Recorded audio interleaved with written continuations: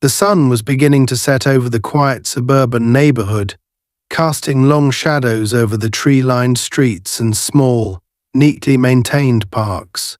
The air was filled with the distant hum of lawnmowers, the chatter of families gathering on porches, and the occasional bark of a dog. 13-year-old Marcus Evans rode his bicycle along the familiar path that ran through Oakwood Park, a shortcut he often took to reach his neighbor Mrs. Hudson's house.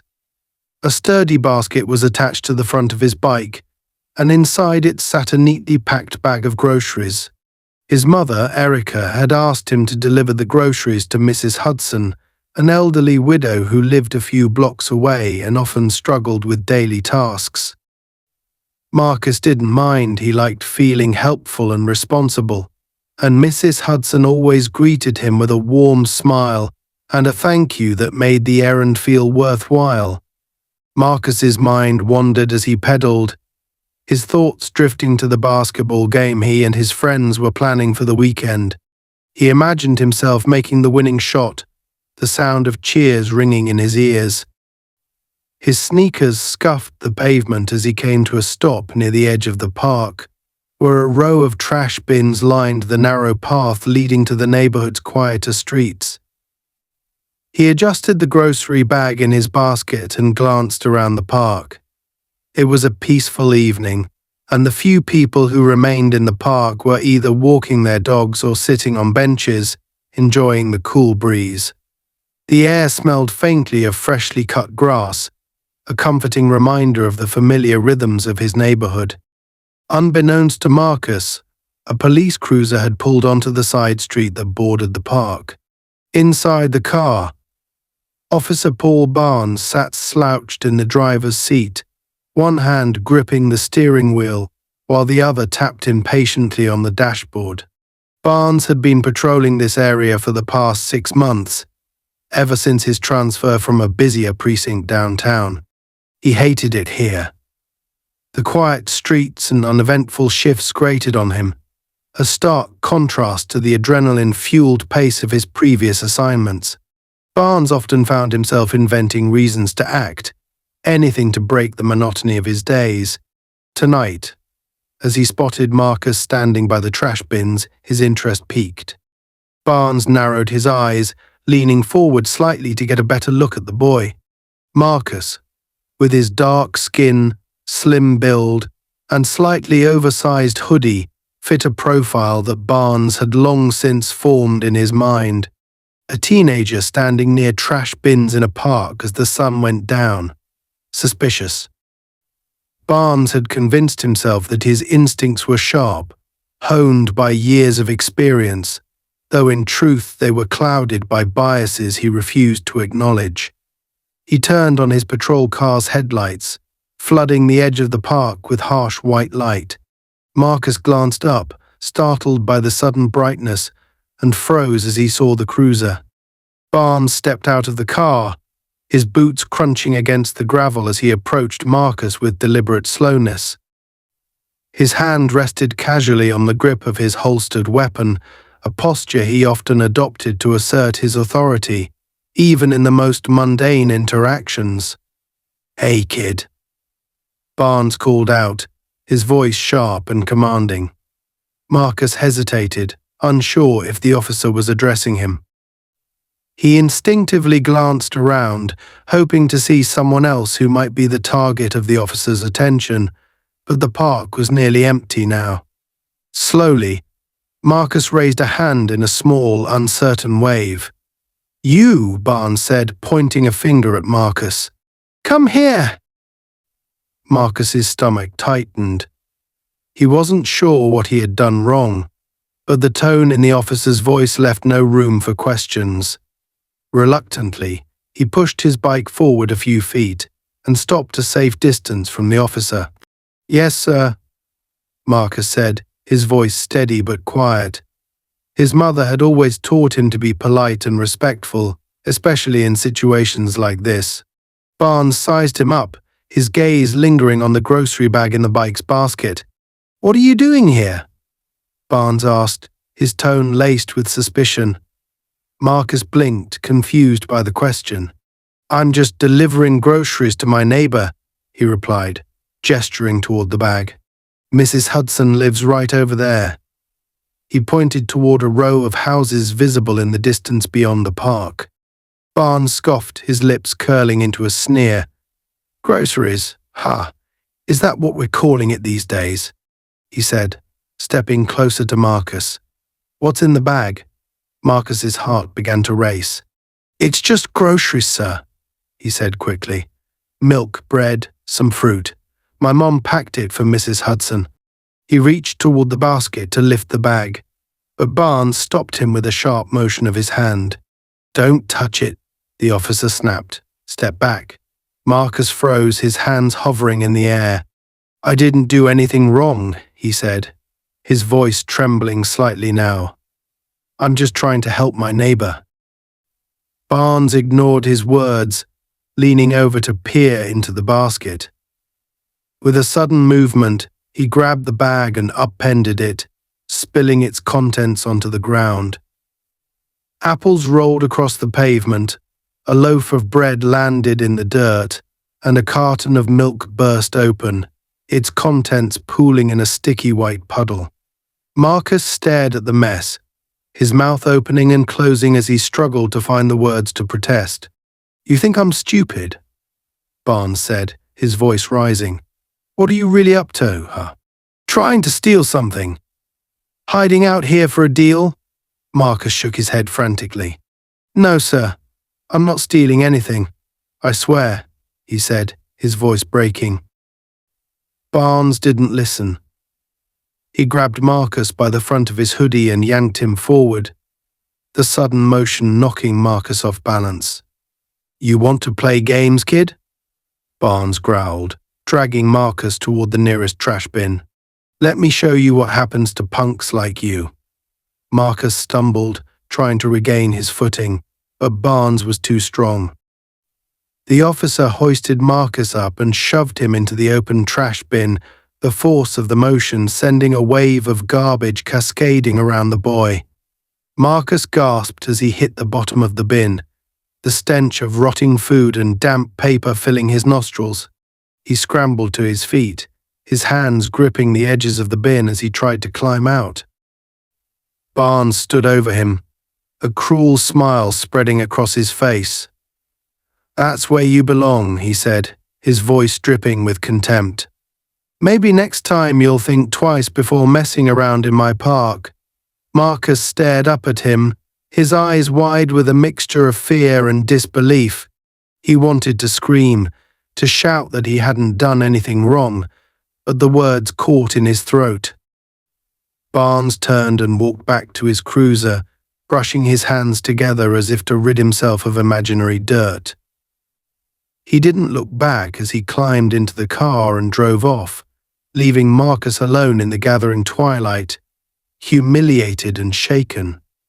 The park, which had seemed so peaceful just moments ago, now felt like a place of shadows and danger.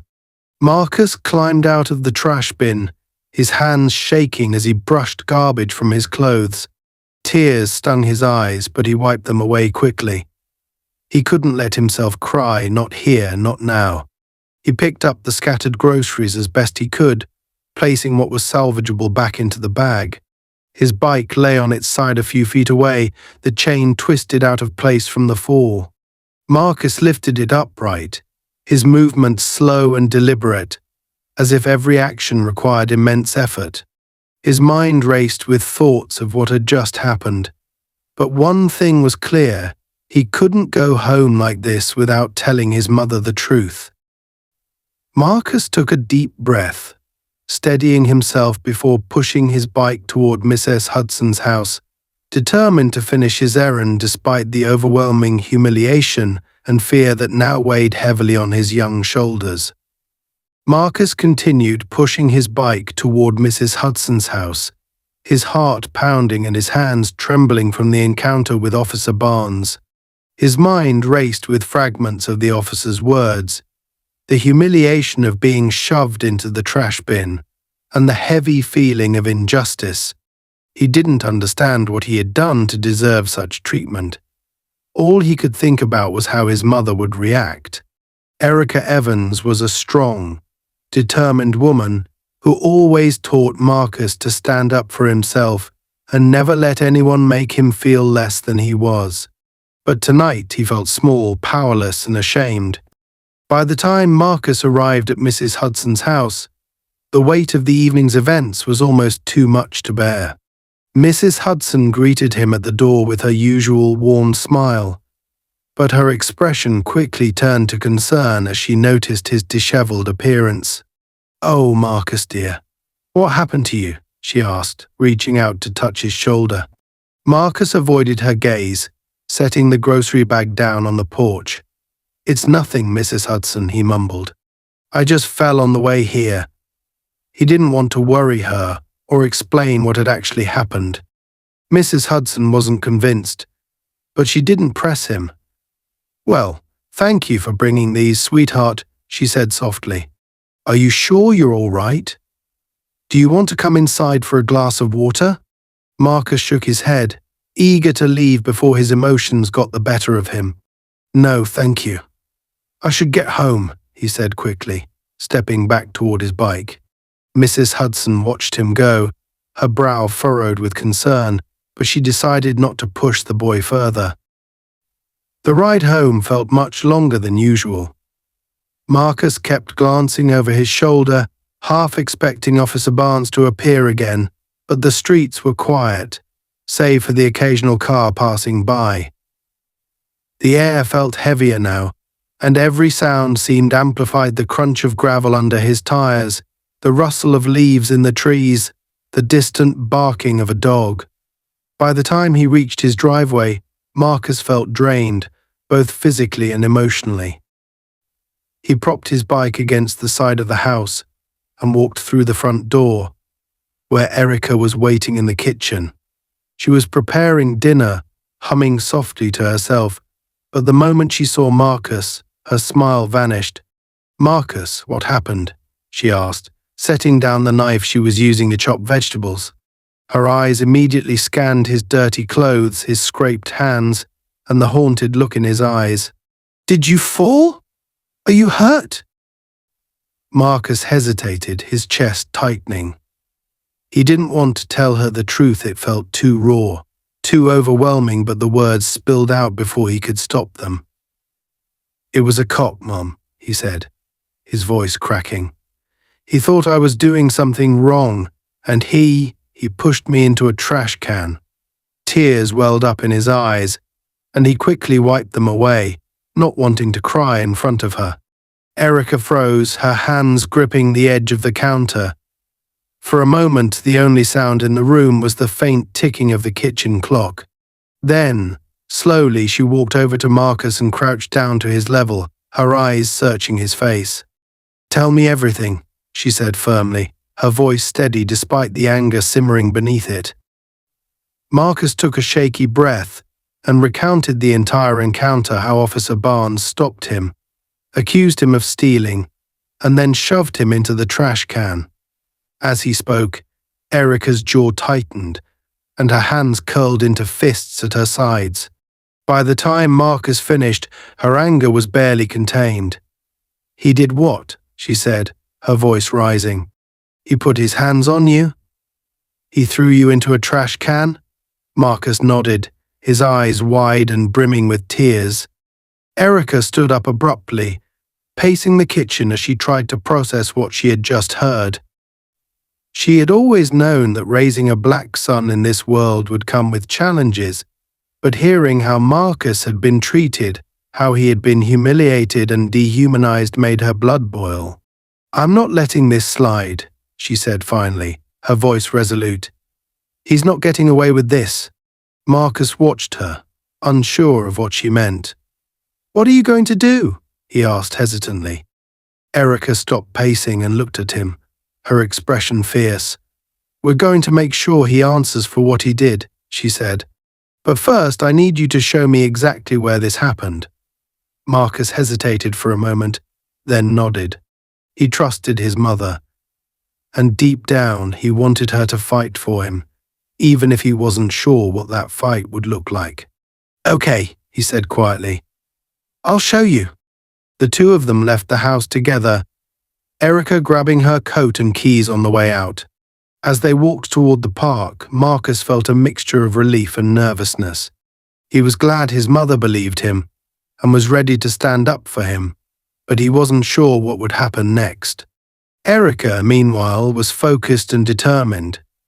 She had dealt with injustice before, both personally and professionally, and she wasn't afraid to confront it head-on. When they reached the park, the area was nearly deserted. The streetlights cast long shadows over the empty benches and paths, and the trash bins stood in a row near the edge of the park, just as Marcus had described. Erica walked over to the nearest bin and inspected it, her jaw tightening as she imagined what her son had endured. "Is this where it happened?" she asked. Marcus nodded, his hands gripping the straps of his backpack. "Yeah. He grabbed me and threw me in there," he said quietly. Erica's eyes narrowed as she turned her attention to the ground. She scanned the area carefully, her years of experience as a community organizer kicking in. It didn't take long for her to spot something out of place, a smartphone lying in the grass near the trash bins. She bent down and picked it up, holding it up to the light. The screen was cracked, but the device was still functioning. Marcus peered over her shoulder, his eyes widening. "Is that his phone?" he asked. Erica examined the phone more closely, and her lips pressed into a thin line as she realized it likely belonged to Officer Barnes. She tapped the screen, but it was locked with a passcode. Still, the fact that it was there at all was significant. "It might be," she said. "And if it is, we're going to use it." Marcus looked at her, confused. "What do you mean?" he asked. Erica slipped the phone into her pocket and turned to him, her expression determined. "I mean, we're not just going to let this go. He messed with the wrong family, and he's about to find that out." With that, Erica took Marcus's hand and led him back home, her mind already racing with plans. She didn't know exactly how things would unfold, but one thing was certain: Officer Barnes was going to regret ever laying a hand on her son. Erica spent the night going over everything in her mind, pacing the living room with the tension of a coiled spring. The phone she'd found at the park, which she was now certain belonged to Officer Barnes, sat on the coffee table like a piece of damning evidence waiting to be used. She stared at it, her thoughts racing. She couldn't stop replaying Marcus's trembling voice, his eyes brimming with tears as he described how the officer had humiliated him. She felt a fierce, protective anger that burned hotter with each passing moment. This wasn't just about her son, it was about standing up to a system that allowed men like Barnes to operate unchecked. Erica knew she had to act, but she couldn't afford to rush into anything. Barnes was a police officer, and confronting him directly would only give him an opportunity to twist the narrative in his favor. Instead, she needed to think strategically, like the community organizer she had once been. She pulled out a notebook and began jotting down ideas, outlining a plan of action. Every step had to be deliberate, airtight, and above all, effective. She wasn't just going to demand an apology, she was going to make sure Barnes faced real consequences for what he had done. The first thing Erica did was reach out to her closest allies. Over the years, she had built a network of friends and colleagues who shared her commitment to justice. Among them were two people she trusted implicitly: Henry Grant, a retired detective who had spent decades investigating police misconduct, and Lisa Morales, a sharp-witted civil rights attorney with a reputation for winning impossible cases. Erica called them both early the next morning, her voice steady and resolute as she explained what had happened. Henry was the first to respond.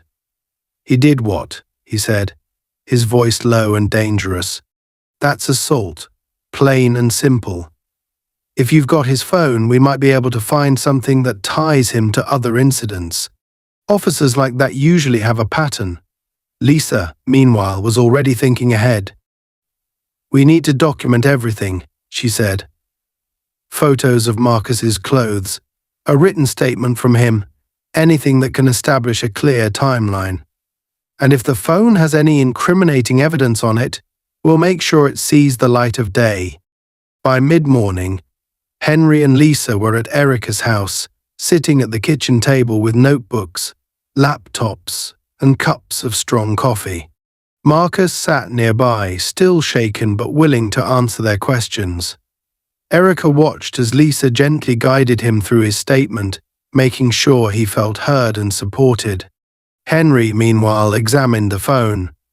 He'd brought a small toolkit with him, and within minutes, he had bypassed the passcode using software he'd acquired during his years as a private investigator. "What do we have here?" Henry muttered as he scrolled through the phone's contents. The others leaned in, their curiosity and apprehension mounting. The phone was a treasure trove of information. There were text messages laced with casual racism, photos of Barnes posing with confiscated items in a way that suggested he hadn't logged them as evidence, and even a folder of videos that appeared to be taken during his patrols. One video in particular caught Henry's attention. He tapped on it, and the screen lit up with a recording of Barnes laughing as he shoved another young black man against the hood of his car. Lisa's face darkened as she watched the video. "This isn't just about Marcus," she said. "This guy's a predator. He's been doing this for a long time, and he's been getting away with it because no one's been able to hold him accountable." Erica felt a surge of determination. "Well, that ends now," she said. "We're not just going to stop him. We're going to make sure he can't do this to anyone else ever again." The next step was to build a case. Lisa drafted a formal complaint to the police department's Internal Affairs Division, detailing Barnes's actions against Marcus and referencing the evidence found on his phone. Erica and Henry, meanwhile, began reaching out to other families in the community who had had similar encounters with Barnes. It didn't take long to find people willing to come forward. Stories poured in accounts of unwarranted stops, aggressive behavior, and racial profiling. Barnes had been terrorizing the community for months, if not years, and his victims were finally ready to speak out. As the day wore on, Erica felt a renewed sense of purpose. She had spent years fighting for change in her community, organizing protests, lobbying for better policies, and mentoring young activists. But this fight felt deeply personal. Marcus was her son, her pride and joy, and she couldn't stand the thought of him carrying the weight of this experience alone. She wanted him to see that standing up for what was right was always worth it, even when it was difficult. That evening, Erica and her team met with a group of local community leaders to discuss their next steps. The meeting was held in the basement of a local church, a familiar gathering place for grassroots movements. The room buzzed with energy as people shared their stories and ideas, their voices filled with a mix of anger and hope. Erica stood at the front of the room, her presence commanding and her words precise. "This isn't just about Marcus," she said. "This is about all of us. It's about saying enough is enough. We're not going to let people like Barnes abuse their power and walk away without consequences. We have the evidence, we have the truth, and we have each other. Together, we're going to make sure justice is served." The crowd erupted in applause, their enthusiasm palpable. Plans were made, tasks were assigned, and a clear timeline was established. Lisa would handle the legal aspects of the case, filing lawsuits and coordinating with internal affairs. Henry would continue digging into Barnes's background, looking for any additional evidence that could strengthen their claims. The community leaders would organize a rally to raise awareness and show solidarity with Marcus and his family. Meanwhile, Erica focused on preparing Marcus for what lay ahead. She knew that going public with his story would be difficult for him, but she also believed it was important for him to see the impact of his courage. "You're stronger than you think," she told him that night as they sat together on the couch. "What happened to you was wrong, but you have the power to turn it into something bigger than yourself. You can help make sure this doesn't happen to anyone else." Marcus nodded slowly, his eyes filled with a mixture of fear and determination. "Do you think people will believe me?" he asked. Erica placed a hand on his shoulder, her grip firm and reassuring. "They will," she said. "And even if some don't, that doesn't change the truth. The truth is on our side, and we're going to fight for it."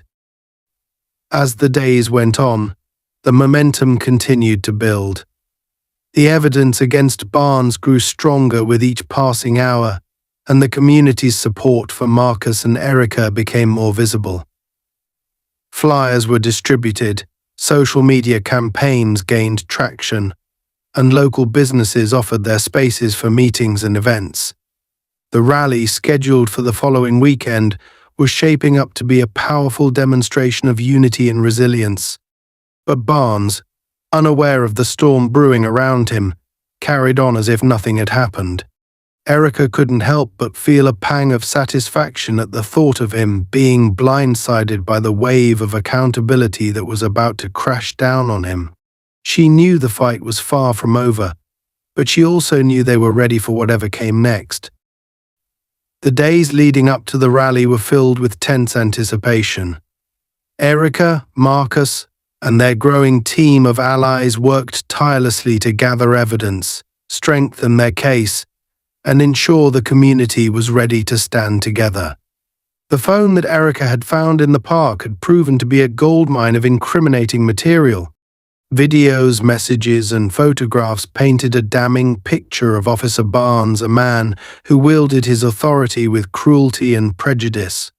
Henry had uncovered multiple complaints against Barnes from his previous assignments, all of which had mysteriously disappeared or been brushed aside. The pattern was clear. Barnes had been protected by a system that allowed his behavior to go unchecked.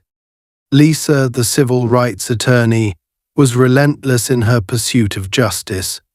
She filed a formal lawsuit against Barnes and the police department, detailing the assault on Marcus and including evidence of Barnes's repeated misconduct.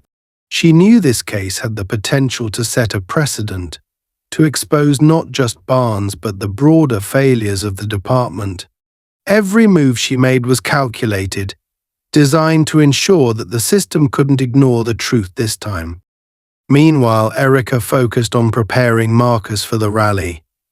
She wanted him to understand the importance of what they were doing, to see that his experience could spark change. But she also worried about how he would handle the pressure.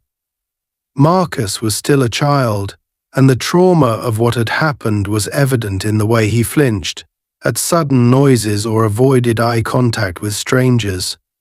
Erica tried to shield him from the worst of it, but she knew that the rally would be a turning point for their family and for the community. The morning of the rally dawned clear and bright, the kind of day that seemed to hold the promise of something significant. The park where everything had happened was now transformed. A stage had been set up near the center, with microphones and speakers ready for the event. Banners bearing messages of unity and justice hung from the trees, and volunteers bustled about, setting up tables with water bottles and informational pamphlets. The atmosphere buzzed with energy and determination. As people began to gather, Erica felt a mix of pride and apprehension. She recognized familiar faces in the crowd, neighbors, friends, local activists, but there were also many she didn't know. Word of the rally had spread beyond their small community, drawing attention from nearby towns and even some regional media outlets. Erica knew this was an opportunity to amplify their message, but it also meant more scrutiny, more potential for things to go wrong. Marcus stood beside her, his shoulders tense but his expression determined. He wore a clean white shirt and jeans, his appearance a deliberate choice to present him as the innocent boy he was. Erica placed a hand on his shoulder, giving him a reassuring squeeze. "You're going to be great," she said softly. Marcus nodded, but she could see the nervousness in his eyes. "What if they don't believe me?" he asked. Erica crouched down to meet his gaze.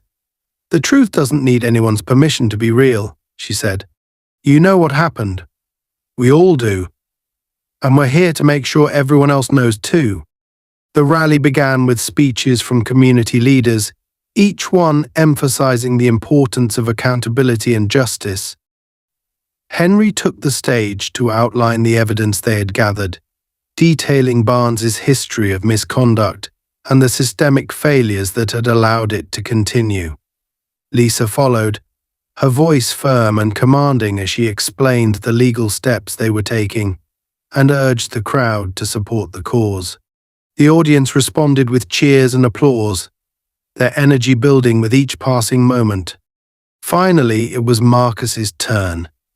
Erica walked with him to the stage, her hand steadying him as he climbed the steps. The crowd fell silent as he approached the microphone, their attention focused entirely on the young boy standing before them. Marcus hesitated, his hands gripping the edges of the podium, but Erica gave him a small nod of encouragement from the side of the stage. "My name is Marcus Evans," he began, his voice wavering slightly but growing stronger as he spoke. "A few days ago, something happened to me that I'll never forget. I was just trying to help my neighbor delivering groceries like my mom asked me to when a police officer stopped me. He thought I was stealing, even though I wasn't doing anything wrong. He didn't believe me when I tried to explain, and then he threw me into a trash can." There was a collective gasp from the crowd, followed by murmurs of outrage. Marcus took a deep breath, steadying himself. "I felt scared and humiliated, and I didn't know why it was happening. But my mom told me that what happened to me wasn't my fault, and that it was important to stand up and tell the truth. So that's what I'm doing now. I'm here because I don't want this to happen to anyone else." The crowd erupted in applause, their cheers echoing through the park. Marcus stepped back from the microphone, his face flushed but his expression resolute.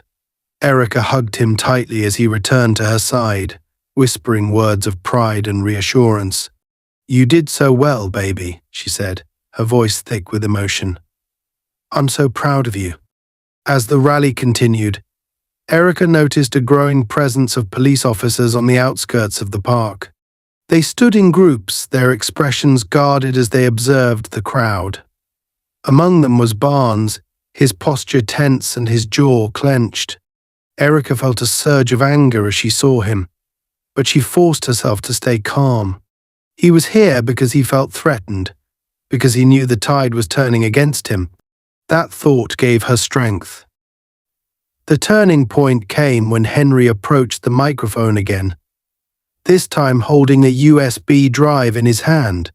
"We've talked a lot today about the importance of evidence," he said, his voice carrying over the crowd. "Well, we've got plenty of it. And I think it's time we shared some of it with you." He gestured to a large screen set up next to the stage, and the audience turned their attention to it.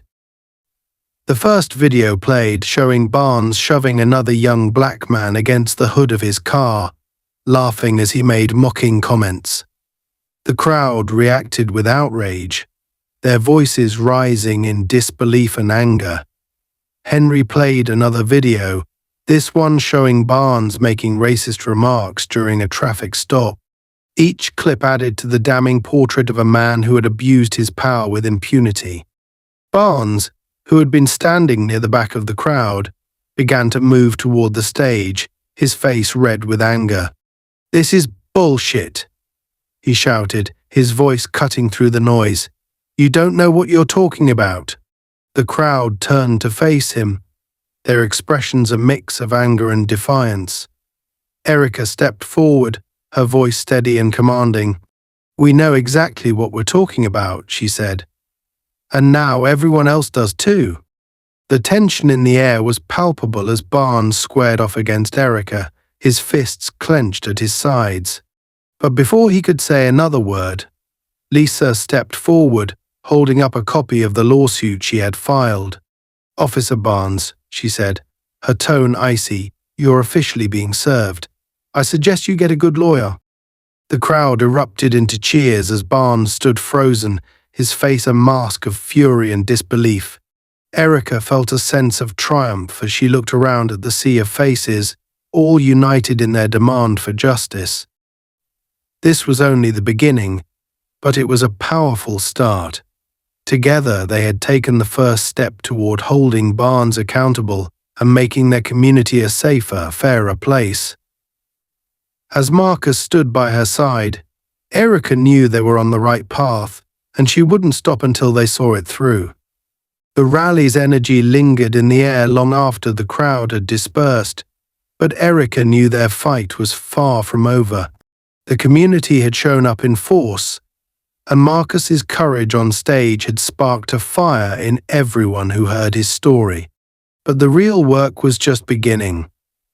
Erica sat in her living room that evening with Lisa, Henry, and a few other key allies, reviewing the events of the day and planning their next steps. The videos they had shown at the rally were powerful, but they were only the tip of the iceberg. If they wanted to dismantle the protection Barnes had been afforded for so long, they needed to dig deeper and act quickly. Lisa was already on her laptop, drafting additional legal motions. "Barnes's outburst at the rally works in our favor," she said without looking up.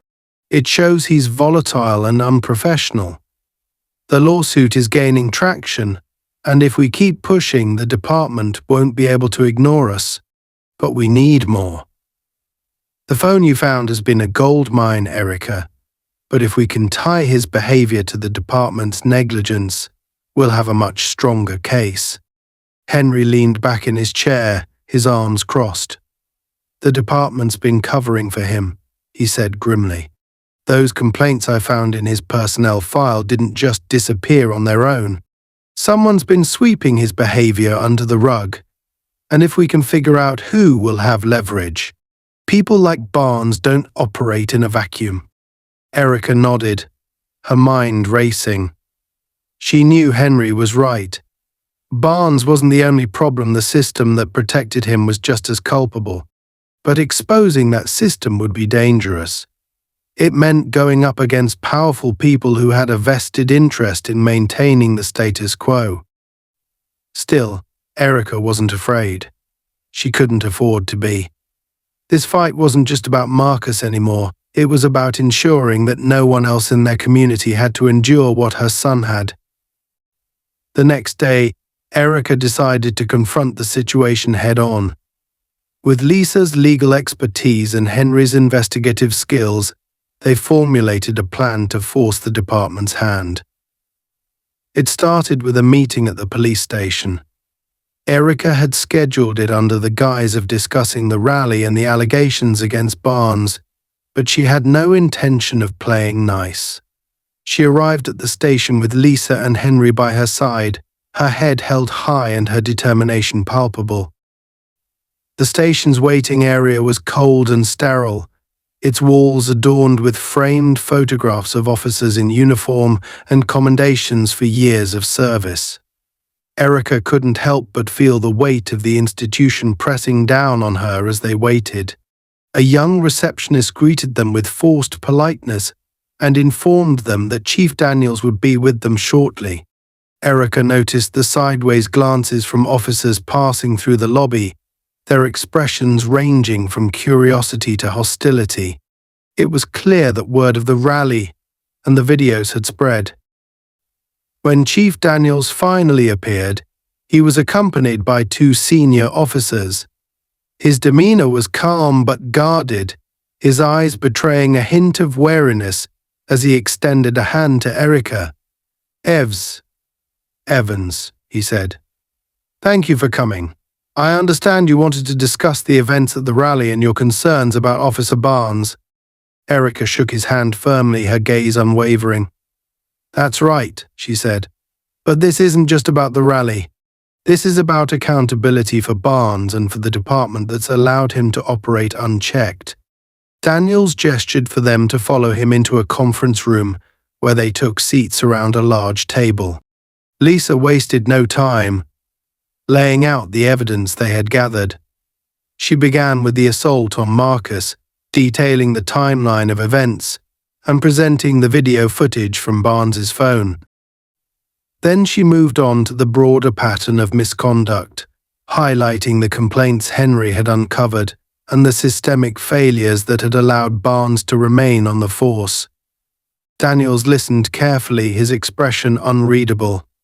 When Lisa finished, he leaned back in his chair and folded his hands. "This is serious," he said, "and I can assure you we take these allegations seriously. We've already opened an internal investigation into Officer Barnes's conduct and will cooperate fully with your legal team." Erica narrowed her eyes. "An internal investigation isn't enough," she said. "You've had years to address Barnes's behavior, and you did nothing. Why should we trust that this time will be any different?" Daniels hesitated, and one of the senior officers shifted uncomfortably in his seat. Evans, Daniels began, "I understand your frustration, but these processes take time.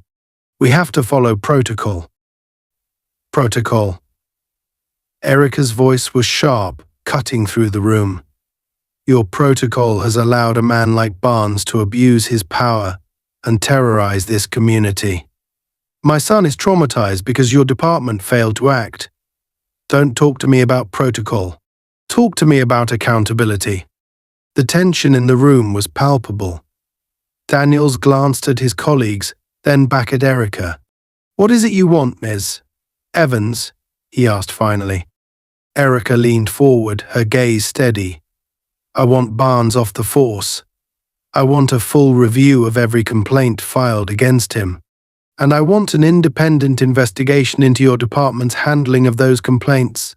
If you're serious about accountability, then prove it." Daniels didn't respond immediately. The room was silent except for the faint hum of the air conditioning. Finally, he nodded. "I'll take your demands under advisement," he said. "But you have to understand these things aren't as simple as you might think." "They're as simple as doing the right thing," Erica shot back. She stood, signaling that the meeting was over. "We'll be watching, Chief Daniels. And if you don't act, we will." As they left the station, Erica felt a mix of satisfaction and frustration.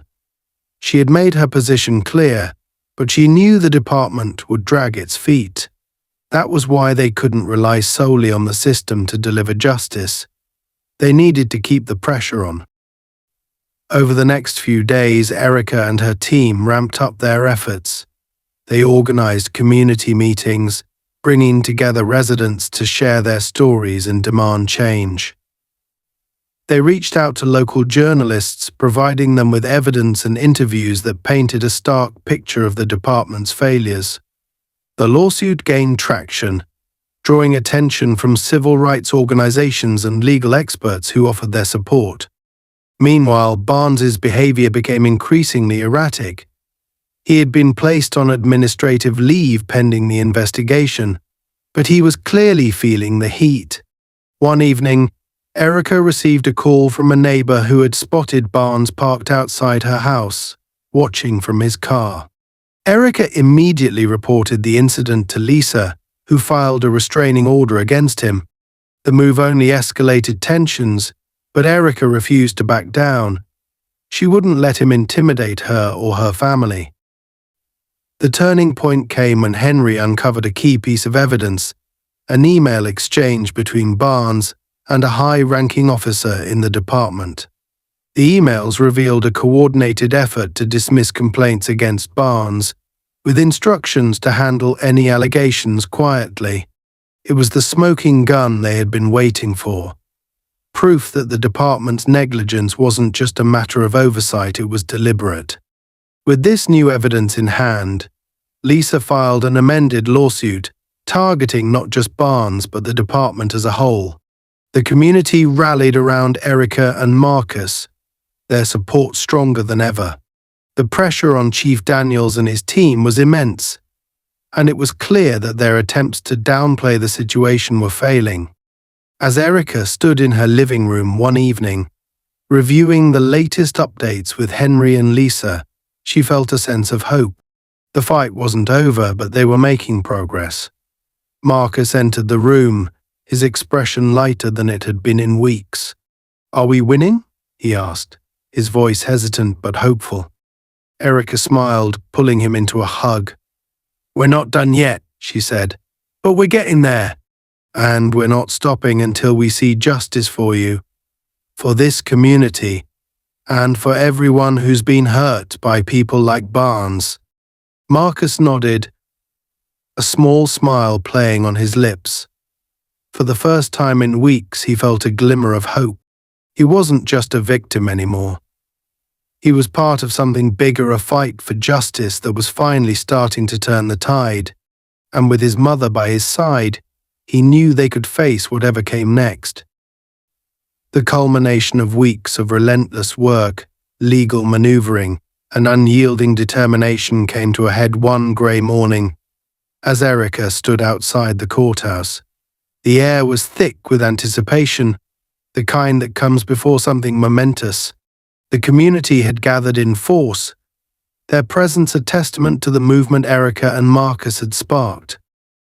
Signs bearing slogans like "Justice for Marcus" and "End Police Bees" bobbed in the crowd, a sea of faces unified in purpose.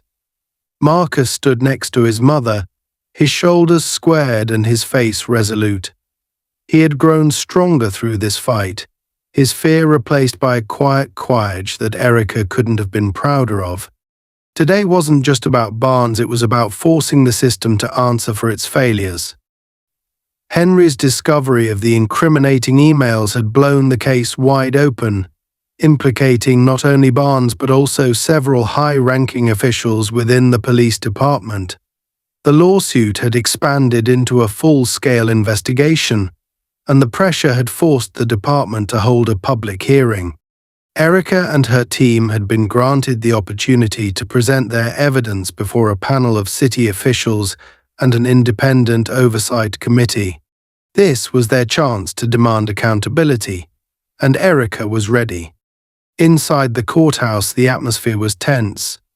The hearing room was packed with reporters, community members, and police officers. Chief Daniels sat at the front, flanked by his legal counsel and several senior officers. His expression was grim, his usual air of authority tempered by the gravity of the situation. Barnes was there too, sitting stiffly in a corner, his face pale and his jaw clenched. For the first time, he looked out of place, no longer the swaggering officer who had terrorized the streets. He was just another man facing the consequences of his actions. Erica took her seat at the witness table, flanked by Lisa and Henry. As the hearing began, the chairperson of the Oversight Committee introduced the proceedings and outlined the agenda. This hearing is to address allegations of systemic misconduct within the police department, including but not limited to the actions of Officer Paul Barnes, she said, her tone formal but firm. We will hear testimony from the plaintiffs, review the evidence submitted, and determine the appropriate course of action. Lisa was the first to speak, presenting a detailed timeline of Barnes's misconduct and the department's repeated failures to address it. She outlined the evidence they had gathered, from the videos and messages on Barnes's phone to the damning emails that revealed the deliberate cover-up. This isn't just about one bad officer, Lisa said, her voice steady and commanding. This is about a system that enabled and protected him, at the expense of the community he was supposed to serve. Next, Henry took the stand. His testimony focused on the investigative work that had uncovered Barnes's pattern of abuse. He spoke with the measured authority of a man who had spent decades uncovering the truth, his words cutting through any attempts to downplay the seriousness of the allegations. The evidence is clear, he said. This was not an isolated incident. This was a systemic failure, and it demands a systemic response. Finally, it was Erica's turn. She walked to the witness stand with quiet determination, her gaze sweeping over the room. She could feel the weight of the moment, the eyes of the community and the media on her, but she refused to be intimidated. "My name is Erica Evans," she began, her voice steady. "I'm here today as a mother, a community member, and an advocate for justice. My son Marcus was assaulted and humiliated by Officer Barnes, but this hearing isn't just about him. It's about every person in our community who has been targeted, dehumanized, and silenced by those who are supposed to protect us." She recounted Marcus's experience, her words painting a vivid picture of the fear and humiliation he had endured. She described the aftermath, the sleepless nights, the lingering trauma, and the strength it had taken for Marcus to stand up and tell his story. "No child should ever have to go through what my son went through," Erica said, her voice rising with emotion. "And no community should have to live in fear of the people who are supposed to keep them safe. We are here today to say enough is enough. We demand accountability. We demand change." When Erica finished, the room was silent for a moment, the weight of her words hanging in the air. Then the chairperson turned to Barnes, who had been called to testify in his own defense. Barnes stood reluctantly, his movements stiff and his expression defiant. He denied the allegations, claiming he had acted within the scope of his duties and accusing Erica and her team of orchestrating a smear campaign. But his words rang hollow, his attempts to justify his actions falling flat in the face of the overwhelming evidence against him. The turning point came when Lisa introduced the emails into evidence. The Oversight Committee reviewed them in stunned silence, their expressions darkening as they read the blatant attempts to shield Barnes from accountability. "These emails show a clear pattern of obstruction and collusion," Lisa said. "This was not a case of ignorance or oversight. This was deliberate, calculated, and unacceptable." The hearing stretched into the afternoon, the tension in the room growing with each passing hour. The final blow came when Marcus himself took the stand. He was nervous, his hands gripping the edges of the witness table, but his voice was clear and steady. He recounted the events of that day with remarkable composure, his words a powerful reminder of the human cost of Barnes's actions. "I didn't do anything wrong," he said. "I was just trying to help my neighbor. But he didn't see me as a kid. He saw me as a threat, and he decided to hurt me because he could." As Marcus spoke, Erica felt a surge of pride and sadness. Her son had been through so much, but he had emerged stronger, braver, and more determined than ever. She could see the impact his testimony had on the room, the way people leaned forward, their expressions softening as they listened to his words. Even some of the officers shifted uncomfortably in their seats, their confidence in Barnes clearly shaken.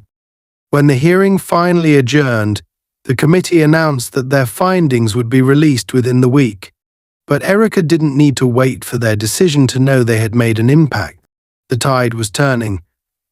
The community had spoken, and their voices could no longer be ignored. As she left the courthouse with Marcus by her side, she felt a sense of triumph, tempered by the knowledge that the fight wasn't over. Outside, the crowd erupted into cheers as Erica and Marcus emerged. Reporters swarmed around them, shouting questions, but Erica ignored them, focusing instead on the people who had stood with them every step of the way. She raised her hand in a gesture of gratitude, her heart swelling with pride and determination. This was just the beginning, but it was a victory, nonetheless a victory for Marcus, for their community, and for justice. That night, as they sat together at home, Marcus looked up at his mother, his expression thoughtful. "Do you think it's really over?" he asked. Erica smiled, her hand resting on his shoulder. "No," she said, "but we've started something that can't be stopped." And as long as we keep fighting, change will come. Marcus nodded, his eyes shining with newfound confidence. For the first time in weeks, he felt a sense of peace, knowing that his story had made a difference and that his mother's unwavering strength had shown him what it meant to stand up for what was right. The days following the hearing were a whirlwind of activity, filled with a mixture of hope and lingering tension. The Oversight Committee's investigation into Barnes and the police department's conduct had been expedited under immense public pressure, and their findings were scheduled to be announced at a press conference. Erica spent those days balancing her responsibilities, trying to maintain a sense of normalcy for Marcus while staying actively involved in the community's efforts. Marcus, despite everything he had endured, seemed lighter now. The fear and humiliation that had weighed on him was slowly being replaced by a sense of pride in what they had accomplished together. On the morning of the announcement, Erica woke early, her stomach twisting with nerves. She had replayed every moment of the hearing in her mind, wondering if they had done enough to force change. She couldn't shake the fear that the system might once again close ranks, shielding itself from accountability at the expense of justice. But as she looked at Marcus, still sleeping peacefully in his room, she reminded herself why they had fought so hard. This wasn't just about Barnes. It was about creating a world where her son and every child like him could grow up without fear of being targeted or dehumanized.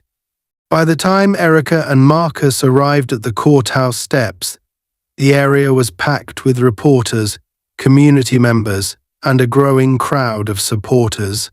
Signs and banners fluttered in the breeze, their bold messages calling for justice and reform. The energy in the air was palpable, a mixture of anticipation and determination. Erica held Marcus's hand tightly as they navigated through the crowd, his small fingers clutching hers with a confidence that reassured her. This was his victory too, and she wanted him to feel every bit of it. The press conference began with the chairperson of the Oversight Committee stepping up to the podium. Her demeanor was composed but serious, her voice steady as she addressed the crowd. Over the past several weeks, this committee has conducted a thorough investigation into the allegations of misconduct against Officer Paul Barnes and the broader practices of the police department. We have reviewed extensive evidence, including video footage, emails, and testimony from both the plaintiffs and members of the department. Erica held her breath as the chairperson paused, the weight of her words sinking into the crowd. Our findings are clear, she continued. Officer Barnes's actions were not only a gross abuse of power, but were also enabled by a systemic failure within the department. Complaints against Officer Barnes were deliberately ignored, and there was a coordinated effort to shield him from accountability. These actions constitute a violation of public trust and have caused irreparable harm to the community. The crowd erupted into cheers and applause, their voices filling the air with a collective sense of vindication. Erica felt tears sting her eyes as she looked at Marcus, his face breaking into a wide smile. For the first time, she allowed herself to hope that their fight had truly made a difference. The chairperson continued, outlining the committee's recommendations: Barnes's immediate termination, criminal charges for assault and misconduct, and an independent review of the department's handling of complaints. She also announced a series of reforms aimed at increasing transparency and accountability within the police force, including the creation of a civilian oversight board. As the press conference ended, Erica and Marcus were approached by reporters, their questions rapid fire and insistent. Erica answered calmly but firmly, emphasizing the importance of the community's role in bringing about this change. This is a victory for all of us, she said. But it's only the beginning. There's still so much work to be done to ensure that this kind of abuse never happens again. Marcus, too, was asked for his thoughts. He hesitated for a moment, then straightened his shoulders and looked directly at the cameras. "I just want to say thank you to everyone who supported us," he said. "I was scared at first, but my mom taught me that standing up for what's right is the most important thing you can do, and I hope this helps other kids like me feel safe." The crowd cheered again, their applause echoing across the courthouse steps. Erica pulled Marcus into a hug, her heart swelling with pride. He had grown so much through this experience, and she knew that his words would resonate far beyond their community. In the weeks that followed, the changes promised at the press conference began to take shape. Barnes was formally charged with assault and misconduct, and several of the senior officers implicated in the email cover-up resigned under public scrutiny. The new Civilian Oversight Board was established, and Erica was invited to serve as one of its founding members. She accepted the role, determined to use her voice and experience to drive meaningful change from within the system.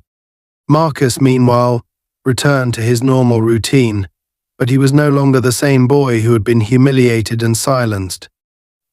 He carried himself with a quiet confidence, his experience having taught him the power of resilience and the importance of standing up for what was right. At school, he was met with a mix of admiration and curiosity from his peers, and though he was modest about his role in the movement, he couldn't hide the pride that flickered in his eyes when his friends called him a hero. One evening, as Erica and Marcus sat on the porch watching the sunset, he turned to her with a thoughtful expression. "Do you think this really changes things?" he asked.